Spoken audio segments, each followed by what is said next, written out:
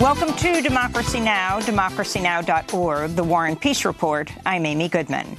The House of Representatives has approved a war powers resolution calling for an end to U.S. support for the Saudi-led war in Yemen, which has killed thousands of civilians and sparked the world's worst humanitarian crisis. Thursday's vote fell largely along party lines. This is California Democratic Congressmember Barbara Lee, who backed the resolution. We've helped create and worsen the world's greatest, largest humanitarian crisis. 22.2 million Yemenis. That's 75% of the population needs humanitarian assistance.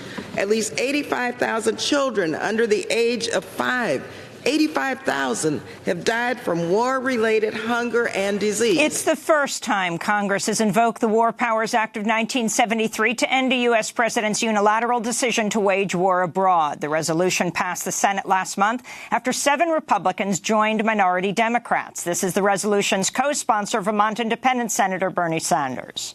Article 1, Section 8 of the Constitution is pretty clear. It is the United States Congress, not the president, who has responsibilities in terms of war-making. But tragically, for many years, under Democratic presidents, under Republican presidents, the Congress has abdicated its responsibility. Today, the Congress says we are taking that responsibility back, not just for Yemen, but in the future as well. President Trump has signaled he'll veto the resolution. Ethiopia has released preliminary findings from its investigation into last month's fatal crash of Ethiopian Airlines Flight 302, which killed all 157 crew and passengers on board. Ethiopia's transport minister said the pilots of the Boeing 737 MAX 8 jet followed normal procedures, but were unable to overcome a flaw in the plane's software that automatically pushed the plane's nose down. The report found similarities in the technical failures experienced by pilots of October's Indonesian Lion Air Flight 610, which also crashed just minutes after takeoff, killing all 189 people on board. Boeing's grounded all 737 MAX aircraft while they work on fixes to the plane's software. On Thursday, Boeing CEO Dennis Muilenburg released a video apology. We at Boeing are sorry for the lives lost in the recent 737 MAX accidents. From the days immediately following the Lion Air accident, we've had teams of our top engineers and technical experts working tirelessly in collaboration with the Federal Aviation Administration and our customers to finalize and implement a software update that will ensure accidents like that of Lion Air Flight 610 and Ethiopian Airlines Flight 302 never happen again. Meanwhile, the Washington Post reported Thursday Boeing's working on an additional software fix for another problem, this time related to aircraft flaps and other flight control hardware. These issues are reportedly classified as critical to flight safety. We'll have more on Boeing after headlines when we'll speak with the renowned consumer rights activist Ralph Nader, whose grandniece Samia Stumo was killed in the Ethiopian Airlines crash.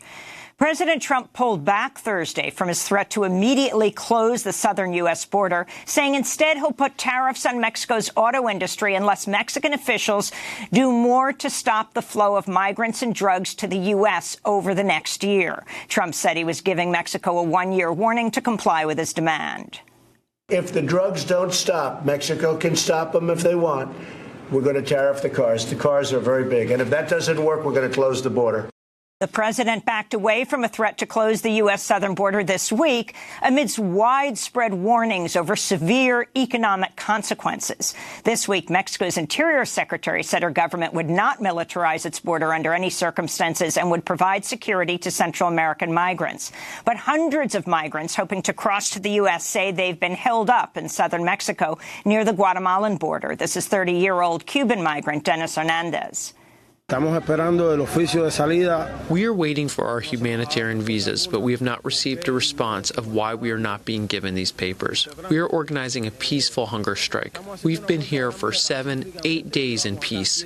There's been no violence over here, and we are being ignored. Just silence, which is like torture. It's like a psychological war.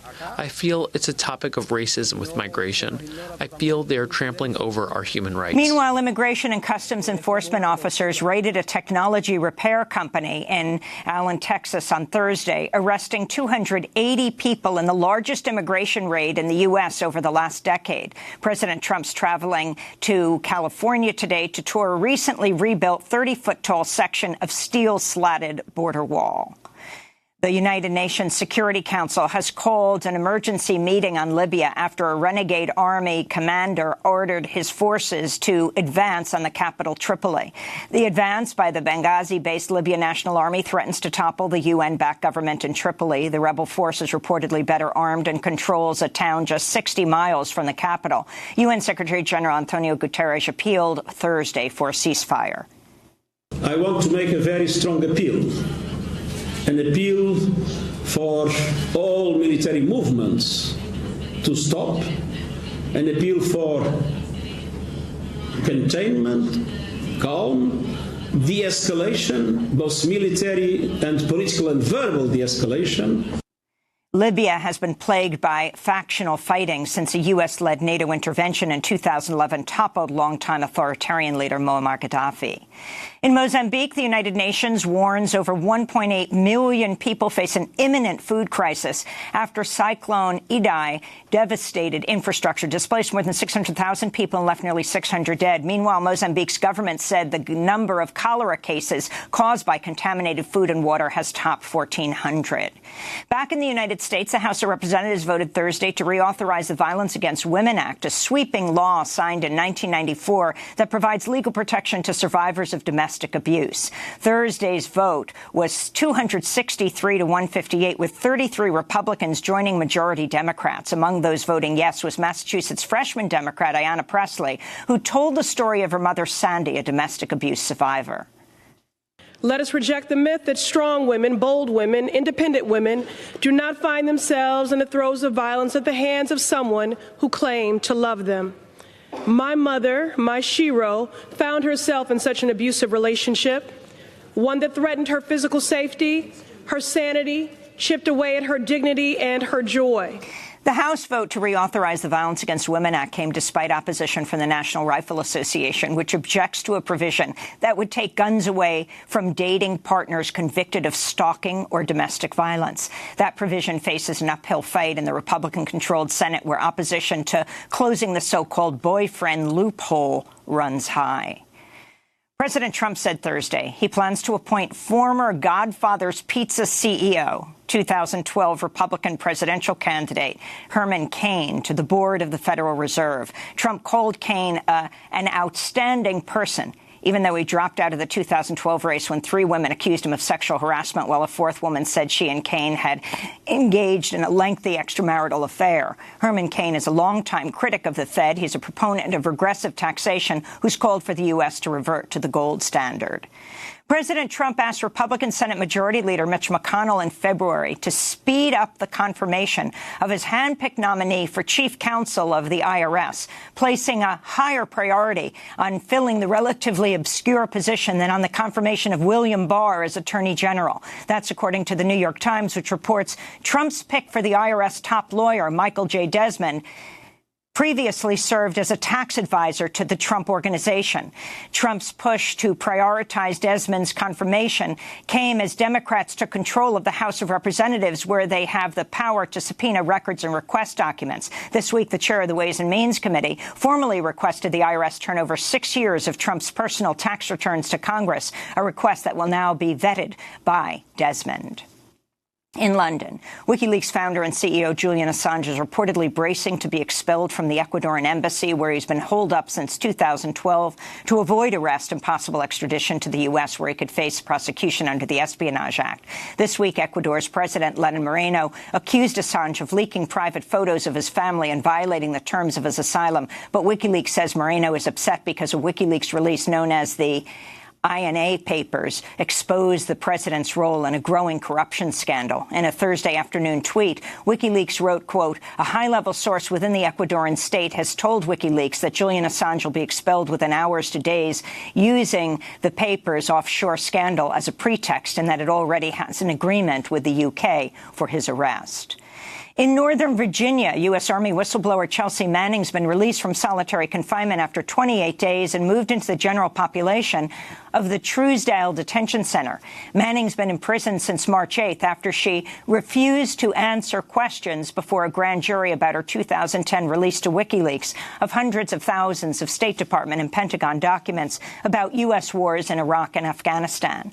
The U.S. District Judge in Virginia overseeing the case said Manning would remain in jail until either she agrees to testify or the grand jury concludes its work. This week, Manning drew the support of freshman New York Congressmember Alexandria Ocasio-Cortez, who tweeted, "Solitary confinement is torture. Chelsea is being tortured for whistleblowing. She should be released on bail, and we should ban extended solitary in the U.S." Unquote.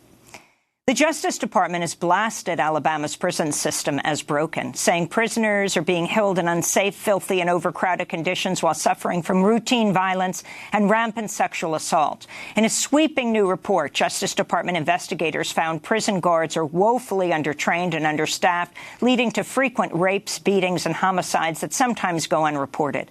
The report comes just weeks after 8 prisoners at Alabama's Holman prison ended a hunger strike against their solitary confinement after prison officials shut off water to their cells.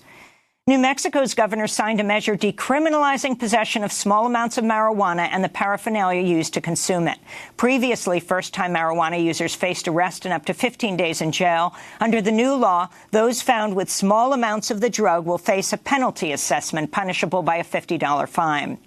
A bill to legalize the recreational use of marijuana cleared New Mexico's State House but is stalled in the state Senate. And in Baltimore, Maryland, students at Johns Hopkins have launched a sit-in occupation of their campus administration building, protesting their university's plans for an armed police force on campus, as well as Johns Hopkins' contracts with immigrations and customs enforcement. Students are demanding the cancellation of contracts with ICE and a pledge to donate all monies received from ICE to Baltimore's Immigration Defense Fund. They're also demanding voluntary recognition for all workers wishing to unionize and a student and faculty representative spot on the university's Board of Trustees. And those are some of the headlines. This is Democracy Now!, democracynow.org, The War and Peace Report. I'm Amy Goodman.